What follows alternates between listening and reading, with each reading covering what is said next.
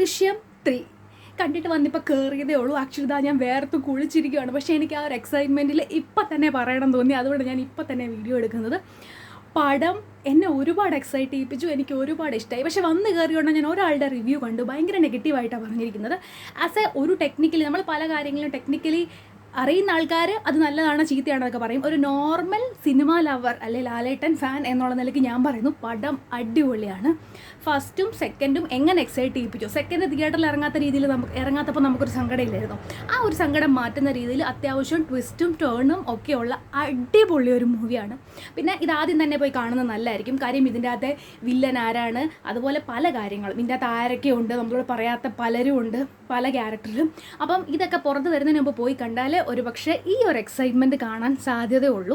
അല്ലാത്ത പക്ഷം ഈ ഒരു എക്സൈറ്റ്മെൻറ്റ് ഉണ്ടാവണമെന്നില്ല. പെട്ടെന്ന് തന്നെ എല്ലാവരും ടിക്കറ്റ് ബുക്ക് ചെയ്ത് പോയി കണ്ടോളൂ. അടിപൊളി പടമാണ്. ആൻഡ് ലാലേട്ടൻ്റെ വക നമുക്കുള്ള ബർത്ത്ഡേ ഗിഫ്റ്റ് വാസ് അടിപൊളി, ഒന്നും പറയാനില്ല. എൻ്റെ മുന്നേ ഈ മനുഷ്യൻ എങ്ങനെയാണ് ഇങ്ങനെ ഓരോ പടം കഴിയുമ്പോഴും പൊളിയാണെന്ന് ഇങ്ങനെ തെളിയിച്ച് പോകുന്നത്. അയ്യോ, എനിക്ക് സത്യം പറഞ്ഞാൽ നമ്മൾ സെക്കൻഡിൽ കണ്ടത് ഒരുപാട് ട്വിസ്റ്റ് ടേൺസ് ഇതിലുണ്ട് കേട്ടോ.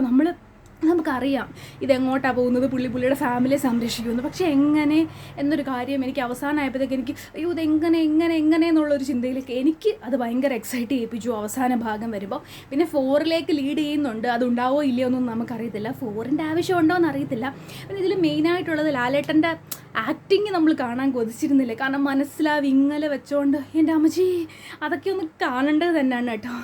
ആ മനുഷ്യൻ പൊളിച്ചടുക്കിയിട്ടുണ്ട് ഇത്. പിന്നെ ഇതിൽ പറയേണ്ട ഒരു കാര്യം, ഇതിൻ്റെ കഥ എഴുതിയത് ആരാണെങ്കിലും ഇത് എടുത്തു വെച്ചിരിക്കുന്നുണ്ടല്ലോ, അയ്യോ എങ്ങനെയാണ് മനുഷ്യർ ചിന്തിക്കുന്നതെന്ന് എനിക്കറിയത്തില്ല കേട്ടോ.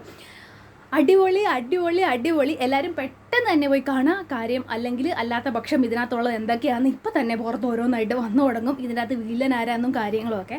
അതുകൊണ്ട് ഏറ്റവും നല്ലൊരു കാര്യം എന്ന് പറഞ്ഞാൽ എത്രയും പെട്ടെന്ന് ടിക്കറ്റ് എടുക്കുക, പോവുക. എന്നെപ്പോലെ ഒരു നോർമൽ സിനിമ ലവർ, ടെക്നിക്കലി ഒരു കുന്തവും അറിയത്തില്ല, എന്നാൽ സിനിമയെ ഇഷ്ടപ്പെടുന്ന, ഇങ്ങനെ ഇരുന്ന് കാണാൻ ഇഷ്ടമുള്ള, ദൃശ്യം 1ഉം 2ഉം ഇഷ്ടമുള്ള, ജോർജ് കുട്ടിയും ഫാമിലി ഇഷ്ടമുള്ള അങ്ങനെയുള്ള ആൾക്കാരാണ് നിങ്ങളെങ്കിൽ ഉറപ്പായിട്ടും പോയി കണ്ടോളാം. ഞാൻ ഗ്യാരണ്ടി ഒരുപാട് ഇഷ്ടമാവും.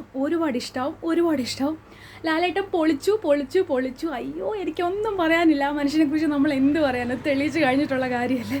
ഭയങ്കര ഇഷ്ടമായി. പറ്റുവാണെങ്കിൽ ഞാൻ ഒന്നുകൂടെ പോയി കാണും. അടിപൊളി പടം.